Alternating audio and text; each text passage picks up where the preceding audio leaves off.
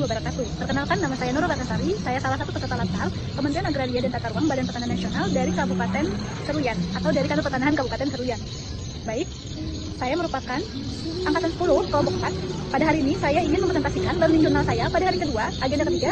Pada hari ini kami diajar oleh Ibu Suwarni SEFIP QRMO tentang lanjutan materi yang sebelumnya telah disampaikan. Hari ini Bu Suwarni memulai kelas dengan mereview tugas kami masing-masing. Ada beberapa perwakilan teman-teman yang mempresentasikan tugas individunya berupa learning journal. Lalu ada pula yang mempresentasikan terkait analisis isu yang merupakan salah satu tugas individu yang dipresentasikan oleh Kapipin dan oleh Mas Ilham.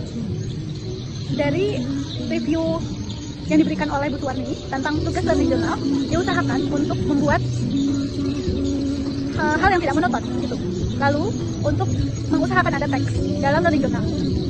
Lalu review terhadap tugas analisis yang dilakukan, yaitu harus diingat bahwa sebuah isu adalah akibat, bukan penyebab. Sehingga baik, pada hari ini Bu Suwarni melanjutkan materi tentang pengelolaan sistem merit, lalu melanjutkan materi tentang manajemen ASN. Pada pembelajaran hari ini Bu Suwarni memberikan tontonan video tentang penyelenggaraan sistem merit yang berasal dari Kemenpan RB. Pada video tersebut, saya mengambil hikmah bahwa penyelenggaraan sistem merit ini dibutuhkan bagi ASN. Mengapa demikian?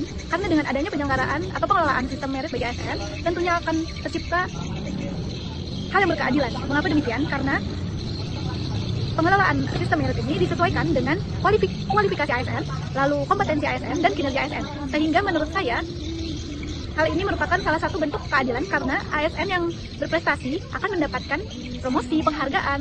ASN dengan kinerja yang baik akan mendapatkan hal-hal yang baik, sedangkan ASN yang memiliki kinerja belum baik bisa mendapatkan demosi, sanksi. Hal itu merupakan bentuk dari penyelenggaraan pengelolaan ASN yang menurut saya cukup adil begitu. Lalu setelah itu Bu Suwarni menjelaskan tentang manajemen ASN yang terdiri dari asas kepastian hukum, lalu asas profesionalitas, proporsionalitas, keterpaduan, delegasi, netralitas, akuntabilitas, efektif dan efisien, keterbukaan, non-diskriminatif, persatuan dan kesatuan, keadilan dan kesetaraan dan kesejahteraan. Asas kepastian hukum sendiri, seperti kita tahu bahwa kita diangkat sebagai ASN memiliki dasar atau landasan hukum. Salah satunya adalah SK yang kita miliki masing-masing. Lalu ada asas profesionalitas yang tentunya hal ini didukung dengan landasan kode etik dan ketentuan peraturan perundang-undangan. Untuk proporsionalitas, yaitu adanya keseimbangan hak dan kewajiban pegawai ASN.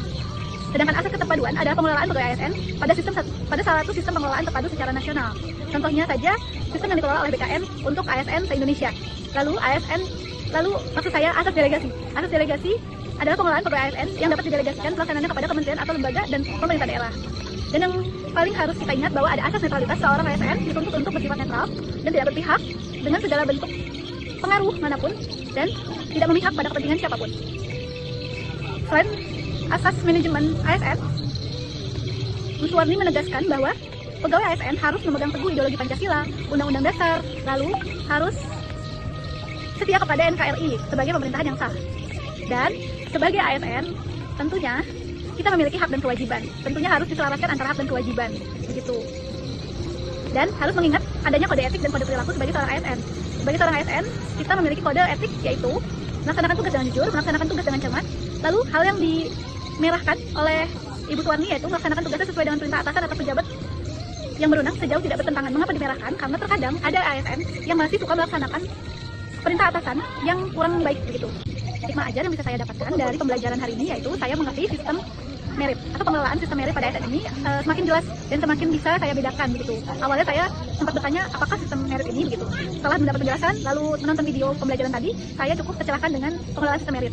Dengan adanya pengelolaan sistem merit ini tentunya akan membantu ASN dan membantu dalam mengelola ASN untuk membedakan mana ASN yang memiliki kompetensi dengan kompetensi yang baik dan yang belum memiliki kompetensi yang baik, atau dengan kata lain mana ASN yang memiliki kinerja baik dan mana ASN yang belum memiliki kinerja baik, sehingga ASN yang belum memiliki kinerja baik bisa memperbaiki atau melakukan perubahan untuk berubah menjadi ASN dengan kinerja yang baik dengan adanya sistem demosi atau sistem sanksi yang dilakukan pada pengelolaan sistem merit.